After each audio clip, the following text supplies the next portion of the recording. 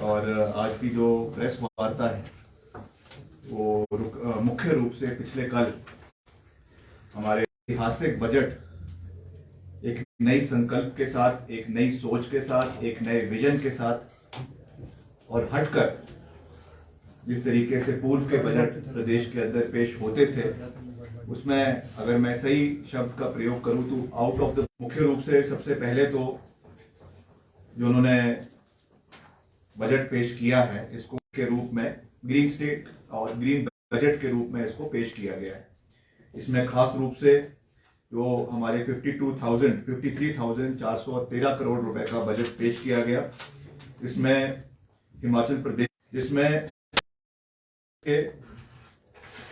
प्रदेश में solar energy projects को 500 megawatt, जहां तक वो और बातों के बारे में विस्तार पूर्वक बात कर रहे थे, उन्होंने हमेशा एम्फेसिस जो है वो प्रदेश में ग्रीन स्टेट के मुतलक ग्रीन कॉरिडोर्स प्रदेश के अंदर बनाने की बात करी थी। और उसमें फर्स्ट फेज में कॉरिडोर्स के रूप में वहां पर स्पेसिफाइड पीरियड के बाद जो है चार्जिंग स्टेशन लगाए जाएंगे और इस कॉरिडोर में जो है वो आपके जो बसेस या ट्रक्स की फ्लीट चलेगी उनपे जो वैसे तो subsidy on truck and bus operators जो है वो 50% दी गई है with maximum capping limit of 50 lakh rupees. और ये जैसा मैंने कहा कि इसमें से दो हमारे इसमें जो है आपके टाइम में मुख्यमंत्री जी की और सरकार की सराहना करता हूं। इसके साथ जो है आपके 1500 रुपए के जो है विधानसभा क्षेत्र में 2 ग्राम पंचायतों को पायलट प्रोजेक्ट पे ग्रीन पंचायत की ओर घोषित करना है। जो रोजगार देने की या स्वरोजगार देने की बात है मैं उस पर बात कर रहा हूं। इसमें जो सबसे बड़ी बात मुख्यमंत्री जी ने कही है और विपक्ष को भी मैं इसमें ये कह देना चाहता हूं, बारी बारी ये कहते हैं कि जिला कांगड़ा को ये सरकार इग्नोर कर रही है, मगर मुख्यमंत्री जी ने जो पिछले कल टूरिज्म कैपिटल जिला जो अंदरौली क्षेत्र है वहां पे गया था, जो कुटलैहड़ विधानसभा क्षेत्र के अंतर्गत आता है, डिपार्टमेंट भी हमारे पास है यूथ सर्विसेज एंड स्पोर्ट्स, इसके माध्यम से हम और एक बड़े स्तर पर टूरिज्म डिपार्टमेंट के साथ टाई अप कर उस इलाके को हिमाचल प्रदेश का वाटर स्पोर्ट्स हब जो है वो इस विषय को हम मुख्यमंत्री जी से मैं डिस्कस करेंगे और गोल्फ कोर्सेज बनाए जा सकते हैं, बहुत उस एरिया को डेवलप किया जा सकता है, उस पर भी हम आने वाले समय में जो है वो विचार करेंगे। और साथ ही साथ जमीन चिन्हित करके वहां पे ये बनाया जाएगा और उसमें क्वालिटी एजुकेशन वहां पे जो है वो इम्पार्ट करवाई जाएगी। उसके लिए भी हमारी स्कूल वचनबद्ध है, हमारा सरकार वचनबद्ध है, जिसके लिए बजटरी प्रोविजन जो है वो आपका इम्प्लीमेंट कर दिया जाएगा। और जो हमारी नंबर 1 गारंटी प्रदेश के कर्मचारियों को थी उसको पूरा करने का हमारा जो वचन था उसको हमने पूरा किया है। मगर साथ ही साथ मुख्यमंत्री जी ने पिछले कल विधानसभा में भी बजट के दौरान ये आह्वान हमारे नेता प्रतिपक्ष और पूर्व मुख्यमंत्री जयराम ठाकुर इम्प्लीमेंट करे और साथ ही महिलाओं के लिए जो हमने इसे फेज मैनर से उसको इम्प्लीमेंट किया जाएगा। तो पहले 2,30,000 महिलाओं को 31,000 महिलाओं को जो है 1,500 रुपए की पेंशन है, जिसको बहुत जल्द वो शुरू भी हो जाएगा इसका। और हमारा जो हमारा और CRF के माध्यम से है। और अगले साल की जो हमारी प्राथमिकता है उसमें मुख्य रूप से कंस्ट्रक्शन ऑफ 1,060 किलोमीटर नई सड़कें प्रदेश में हमारे डिपार्टमेंट के अंदर करवाया जाएगा, जिसमें क्रॉस ड्रेनेज और ड्रेनेज को मिलाकर 990 किलोमीटर रोड्स और कंस्ट्रक्शन ऑफ न्यू 70 ब्रिजेस और कनेक्टिविटी ऑफ 70 नई गांवों को जो है इस ग्रामीण क्षेत्रों को इससे जोड़ा जाएगा। और साथ ही एक जो नई स्कीम उन्होंने तीसरा चरण जो 2019 में जिसकी विधिवत शुरुआत हो गई थी प्रदेश में, उसके तीसरे चरण में 45 सड़कें 440 किलोमीटर है और उनकी कुल लागत जो है वो 422 किलोमीटर सड़कें जो है वो करवाई जाएगी। और इसको फेज वाइज DPR इसकी 2,685 किलोमीटर लॉन्ग रोड्स की जो है वो भारत सरकार को 500 करोड़ की CRF की सड़कों की उन्होंने इन प्रिंसिपल अप्रूवल दिया है, जो हमने केंद्र सरकार को भेज दी है। और जैसे ही उसकी अप्रूवल आ जाएगी उसको हम प्रदेश के अंदर उसका कार्य जिस तरीके से उसका जो प्रोसेस है, ड्यू कोर्स है, टेंडर संभाला है, तो मैंने एक बात पे बहुत ध्यान दिया है, क्योंकि पीडब्ल्यूडी डिपार्टमेंट जो है हमेशा से जब हम विपक्ष में रहे, कई आरोप और प्रति आरोप की वजह से डिपार्टमेंट का नाम विधानसभा के अंदर ही कहा है एक प्रश्न के जवाब में, कि जो हमारा नाबार्ड में और आपका जो स्टेट हेड में जो भी कार्य प्रदेश के अंदर हो रहा है, उसमें पीडब्ल्यूडी डिपार्टमेंट ये पॉलिसी लेकर आएगी कि एक ठेकेदार को केवल 2 काम दिए जाएंगे, और जब तक वो कार्य पूरे नहीं होते उनको तीसरा काम प्रदेश के अंदर नहीं दिया जाएगा, जिससे एक गति जो है वो धीमी पड़े हुए विकास कार्यों में जो आ गई थी वो उसको हम गति दे सके। और दूसरा, क्योंकि अक्सर ये देखा जाता है कि प्रदेश स्तर के ठेकेदार ही इन कामों को ले लेते हैं, और जो एक जो यूनिफॉर्मिटी और एक जो नई टेक्नोलॉजीज की यूटिलाइजेशन जो जमीन स्तर पे होनी चाहिए वो हमको नहीं दिख रही थी। इसके लिए भी हमने ये निर्देश दिए है कि प्रधानमंत्री ग्राम सड़क योजना में जो अब नए मेटलिंग का कार्य शुरू होगा, जिसके बारे में अभी मैंने आपको बात कही, अपग्रेडेशन का शुरू होगा, उसमें हम सर्कल वाइज जितने हमारे सर्कल्स है पीडब्ल्यूडी के, उसमें क्लस्टर्स बनाए जाएंगे, और उसमें जो भी कार्य इनमें होगा वो ग्लोबल टेंडरिंग के हिसाब से होगा, जिसमें अंतरराष्ट्रीय स्तर पे या राष्ट्रीय स्तर पे जिस तरीके से आपके 4 लेनिंग के लिए national highways authority of India द्वारा ग्लोबल टेंडर्स लगाए जाते हैं, इन द सेम कॉन्टेक्स्ट उसको प्रदेश के अंदर हम लागू करेंगे, ताकि विश्व भर से या देश भर से कोई भी इसमें पार्टिसिपेट कर सकता है। पारदर्शिता भी रहेगी, यूनिफॉर्मिटी रहेगी, और समय रहते हुए जो है इसमें कार्य पूरा होगा। ये हमारी एक सोच है, जिसके लिए मैंने मुख्यमंत्री जी से भी निवेदन किया है, और उन्होंने इस पे स्वीकृति और हामी भरी है। तो इसको अगले अब जो हमारा वित्तीय वर्ष है, इसमें हम इसको प्रदेश के अंदर शुरू कर देंगे। इस चीज का मैं आपको पूरा विश्वास दिलाना चाहता हूँ। मगर एक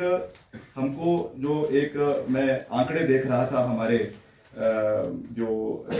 इस साल के जो बजट इंडिकेटर्स है, मुख्यमंत्री जी इस पे बहुत चिंता भी व्यक्त कर रहे हैं। जिस तरीके से हमारा 53,000 करोड़ का इस बारी बजट आया है, उसमें जिस तरीके से आपका जो रेवेन्यू एक्सपेंडिचर है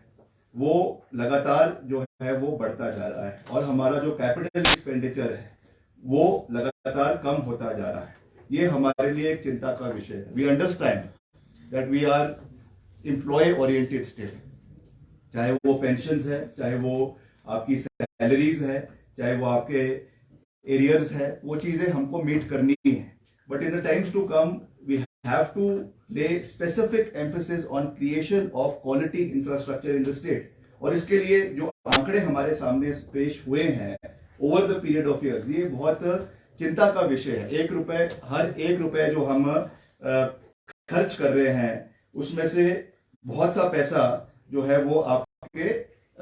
सैलरीज में या आपके पेंशन्स में या आपके सोशल वेलफेयर स्कीम्स में जा रहा है। मैं ये नहीं कह रहा हूं कि ये हमारा प्रायोरिटी सेक्टर नहीं है, we have to meet them,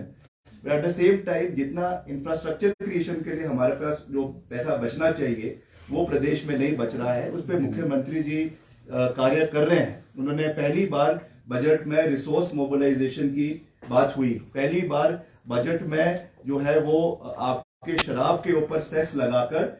दूध की प्रोडक्शन को बढ़ाने के लिए 100 करोड़ रुपए का इंतजाम किया गया है। और वैसे ही जयराम जी कह रहे थे कि आपने शराब माफिया को प्रदेश के अंदर पैदा कर दिया। मैं आपको पूछना चाहूंगा माननीय पूर्व मुख्यमंत्री जी, आप खुद वित्त मंत्री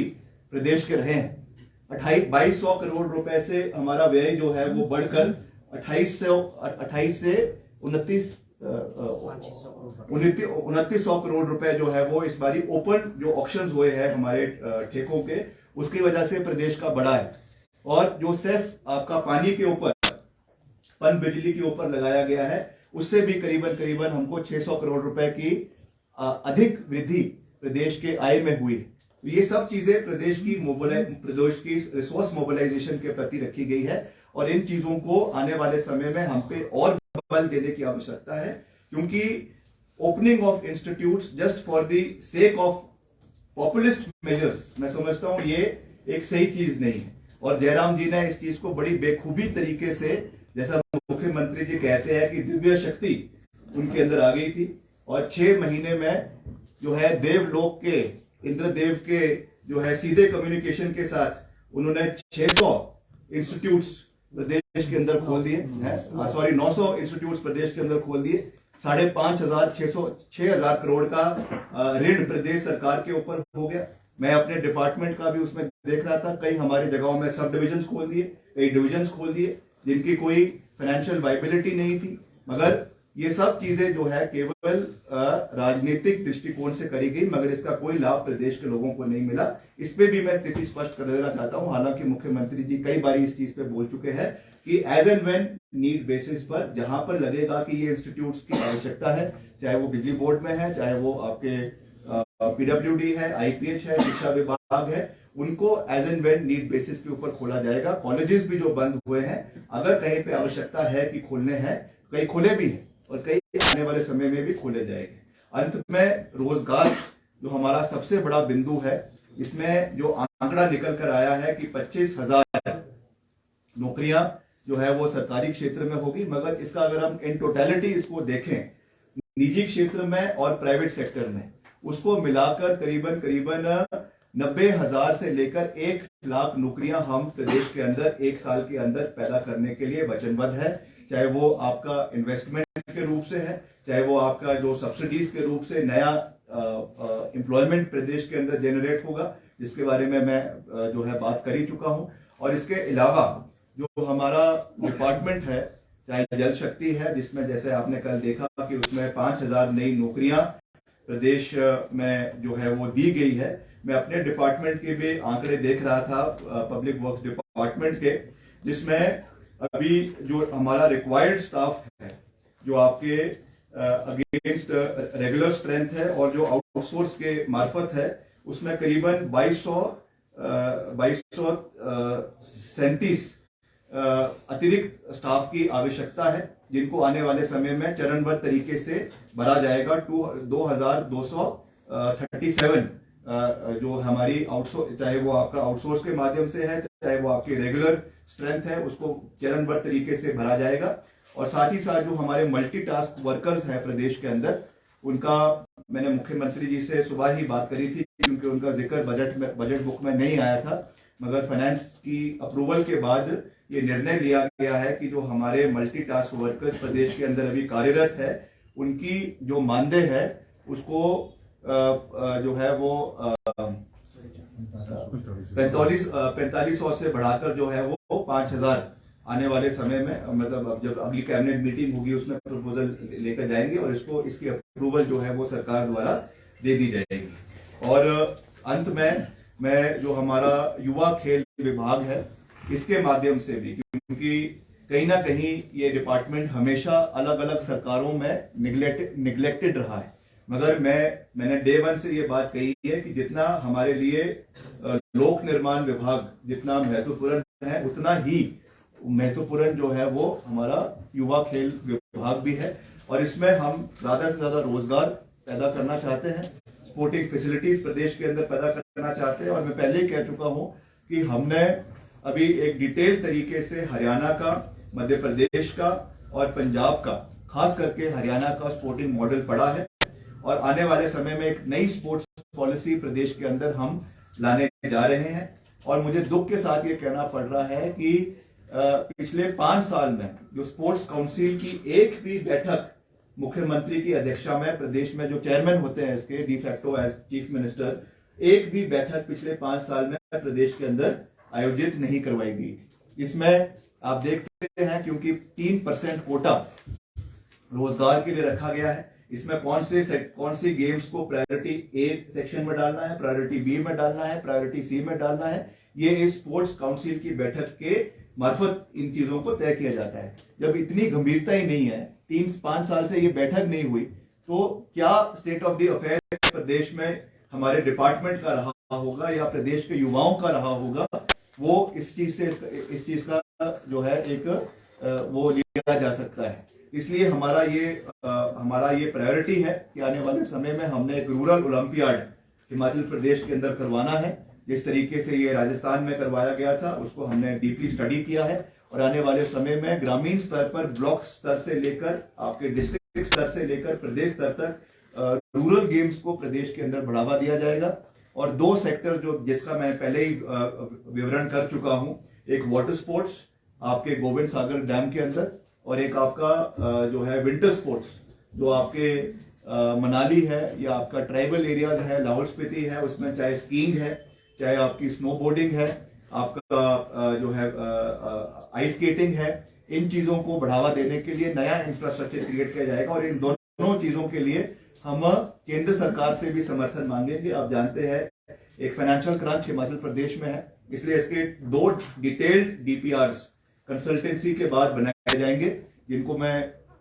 हमारे जो केंद्रीय मंत्री है यूथ सर्विसेज एंड स्पोर्ट्स के, जो हिमाचल प्रदेश से ही है, माननीय अनुराग ठाकुर जी, मैं उनसे भी निवेदन करूंगा, बहुत जल्द हम उनसे मिलने जाएंगे जब बजट का सत्र खत्म हो जाएगा, ताकि इन 2 प्रोजेक्ट्स को, आपके एक विंटर गेम्स का और एक वाटर गेम्स का, इसके लिए एक अच्छा बजट जो है वो खेलो इंडिया के माध्यम से हिमाचल प्रदेश को मिले एंड हम एक शुरुआत करें और फिर आने वाले समय में उसको हम बढ़ावा दे सकें। ये मैं आपसे आज इस प्रेस वार्ता में कहना चाहता था, और ये मैं आपको कहना चाहता था। तो मुख्य रूप से जो हमारी 3 बड़ी घोषणाएं थी जो हमने बजट में करी थी, एक ओपीएस,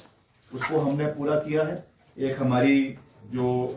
1500 रुपए पेंशन महिलाओं को देने की बात करी थी, उसको भी हमने चरणबद्ध तरीके से पूरा करने का एक रोड मैप दे दिया है, और तीसरा जो हमारा आपका रोजगार की बात करी, उसके बारे में भी मैं विस्तृत से बात कर चुका हूं। और जो एक नई शुरुआत इस बारी ग्रीन एनर्जी स्टेट की करी है, ये जैसा मैंने कहा अपने अभिभाषण की शुरुआत में कि this is out of the box thinking के तरीके से, एक नए तरीके से इसको हमने प्रदेश के अंदर इम्प्लीमेंट किया है। इसमें रोड ब्लॉक्स आएंगे, ऐसा नहीं है, Rome was not built in a day, it takes time. जब भी कोई नई चीज हम इम्प्लीमेंट करने की कोशिश करते हैं तो जो स्टीरियोटाइप चीजें हैं पहले की चली हुई है उसमें रेड टेपिज्म भी आता है। बहुत से लोग जो एक प्रोसेस पहले से चला हुआ है उससे बदलाव करने में उसको अपोज करेंगे, मगर I am sure with the political will of the honourable chief minister and he is himself dictating this, तो उससे हमारी जो नैया है, जो हमारा जहाज है, वो खराब मौसम से होते हुए भी गुजरेगा, मगर अपने निर्धारित लक्ष्य के ऊपर समय पर पहुंचेगा, इसका हमें पूरा विश्वास है। तो पूर्व मुख्यमंत्री जी से मैं ये निवेदन करूंगा अंत में कि आप धैर्य रखें। आप लगातार कह रहे हैं कि ये विजन लेस है, इसमें कुछ है नहीं, पुरानी नई बोतल में पुरानी शराब है। कम से कम आप ये तो मानते हैं कि शराब नहीं है, कम से कम आप ये तो मानते हैं। मैंने कल मैं सुन रहा था कि केंद्र सरकार की बजटों की नीतियों को आपने जो है प्रदेश में लागू कर दिया और नाम बदल दी। कम से कम आप पहले निर्णय ले लीजिए कि आपने केंद्र सरकार की नीतियों का स्वागत करना है या उनका विरोध करना है। और ये तो एक फेडरल स्ट्रक्चर है, इसमें हम अगर केंद्र सरकार के सहयोग से कोई स्कीम चला रहे हैं प्रदेश में, तो इसमें बुरा मानने वाली क्या बात है। Himachal Pradesh is part of the union of India. अगर हम अपने अधिकार से प्रदेश केंद्र सरकार से कोई पैसा लाकर हिमाचल में कोई नई योजना शुरू कर रहे हैं, तो ये मुख्यमंत्री जी की जो है क्वालिटी है, उनकी विशेषता है कि वो विपरीत परिस्थितियों में भी दिल्ली से पैसा लाने में सक्षम हुए हैं। जो आप नहीं ला पाए, सीआरएफ का जो 500 करोड़ का पैसा आप नहीं ले पाए, वो हमारी सरकार लेकर आई है। एनएचएआई के लिए करीबन 12,000 करोड़ रुपए अलग अलग सड़कों में जो आ रहा है चरणबद्ध तरीके से, और खासकर से आपका जो शिमला मटौर है और आपका पठानकोट मंडी है, उसको 2 लेन से 4 लेनिंग करवाया जा रहा है नितिन गडकरी जी की मीटिंग के बाद। तो इसके लिए हम केंद्र सरकार का भी आभारी है। ऐसा नहीं है कि इसमें कोई राजनीति है। अगर अच्छा काम केंद्र सरकार कोई करती है, प्रदेश का समर्थन करती है, तो we will support the honourable prime minister, उनका हम धन्यवाद करेंगे। हमको मिलकर आगे चलना है और हिमाचल प्रदेश को नई बुलंदियों पर आगे लेकर जाना है। जैसे कि आपने कहा यूथ और इनकी बजट और जो आपकी गारंटीज थी उनमें से 3 कुछ हैं। अपोजिशन का इसमें आरोप है, स्पेशली अबाउट एम्प्लॉयमेंट अगर बात करें, कि आपने 1 लाख सरकारी क्षेत्र में जॉब देने की बात की थी, महिलाओं को 1500 देने की जो बात की है वो केवल उनको मिल रही हैं। इट इज़ नॉट क्लियर कि जिनको ऑलरेडी पेंशन दे रहे हैं। How would you respond to that? और ओपीएस पे भी वो कह रहे हैं, देखिए इसमें मुख्यमंत्री जी ने साफ कहा है कि अभी चरणबद्ध तरीके में, over the period of time 5 साल के कार्यकाल में हर महिला को इसमें जोड़ा जाएगा, मगर उसमें कुछ ना कुछ जो है क्राइटेरिया लगाए जाएंगे। हमको एक रियलिटी में भी रहना चाहिए, जिनकी इनकम जो है कुछ लेवल से ऊपर है या जो इकोनॉमिकली वीकर सेक्शन में नहीं आती है, एक परिवार में अगर ऑलरेडी उनको कोई पेंशन किसी और हेड में मिल रही है, तो फिर उस पर फाइनेंस डिपार्टमेंट जो है उस चीज को देखेगा कि कैसे इम्प्लीमेंट करना है। मगर इन प्रिंसिपल जो इन टोटलिटी हमने जो बात करी थी उसको हमने फेज मैनर में शुरू कर दिया है, जिसके लिए मैंने कहा कि 430 करोड़ रुपए का बजट जो है प्रारंभिक पहले बजट में रखा गया है। सर, सेक्शन की है ये जो 2,31,000 महिला है, ये किस सेक्शन की है? ये जो हम क्लैरिफाई करेंगे, मुझे भी ज़्यादा है। सर, आपने 600 संस्थान बंद किए हैं, उनके ऊपर इंफ्रास्ट्रक्चर पे करोड़ों रुपए खर्च किया है, अब वो संस्थान बंद है तो उन बिल्डिंग्स को कहाँ यूटिलाइज करेंगे सर? यही तो मजे की बात है कि वो संस्थान तो बने नहीं है, वो तो कहीं आपका कोई सब तहसील खोला या तहसील खोली तो वो आपके जो है तहसीलदार के ऑफिस में खोल दिया, आपके कहीं एसडीएम का दफ्तर खोला तो वो भी तहसीलदार के दफ्तर में जाके खोल दिया, आपका कोई नया डिवीजन खोला तो वो एसडीओ के या आपके जेई के दफ्तर में जाके वहां पे जाके वो जो है हाजिरी लगा रहा है या पंचायत के हेडक्वार्टर में जाके बैठ रहा है। तो ये कोई नया इंफ्रास्ट्रक्चर नहीं क्रिएट हुआ है, ये केवल जो है व्यवस्था को ऐसी व्यवस्था दिखाई जा रही थी कि जादूगर तरीके से जो था ही कुछ नहीं और उसको बेचने की कोशिश की जा रही थी। मैं समझता हूँ जो एक वो बड़े फेमस जादूगर है सम्राट शंकर, उनसे कई कुछ ट्रिक्स जो है वो जयराम जी सीख कर आए थे और उस तरीके की कला हिमाचल प्रदेश में पेश करने की कोशिश करी जा रही थी। तो ये तो केवल आंकड़ों का जंजाल था और वो जब उसको साफ की गई तो स्थिति आज प्रदेश में जो है वो स्पष्ट हुई है। और अभी भी मुख्यमंत्री जी जो व्हाइट पेपर फाइनेंस से अभी ले करने वाले हैं हिमाचल प्रदेश विधानसभा में, उससे स्थिति पूरी स्पष्ट हो जाएगी। मगर तब भी अगर कहीं पर कोई इंफ्रास्ट्रक्चर क्रिएट हुआ है उसको भी सही रूप से यूटिलाइज करने के लिए कैबिनेट ने आदेश दे दिए है, उसका कोई भी जो है वो उसको वो नहीं होगा, खराब नहीं होगा। सर, आपने 1350 करोड़ रुपए पीडब्ल्यूडी की बात की है कि पीडब्ल्यूडी के लिए 1350 करोड़ रखा गया इस बजट में। पिछली सरकार पर आरोप ये लगते थे कि सड़कों की जो एग्जिस्टिंग सड़कें उसकी हालत बहुत खस्ता है, मुख्यमंत्री हेलीकॉप्टर में घूमते थे, आप ही आरोप लगाते थे, तो क्या माने आने वाले समय में वो स्थितियां बेहतर तो? ये बिल्कुल होगी। देखिए ऐसा है, इसमें जो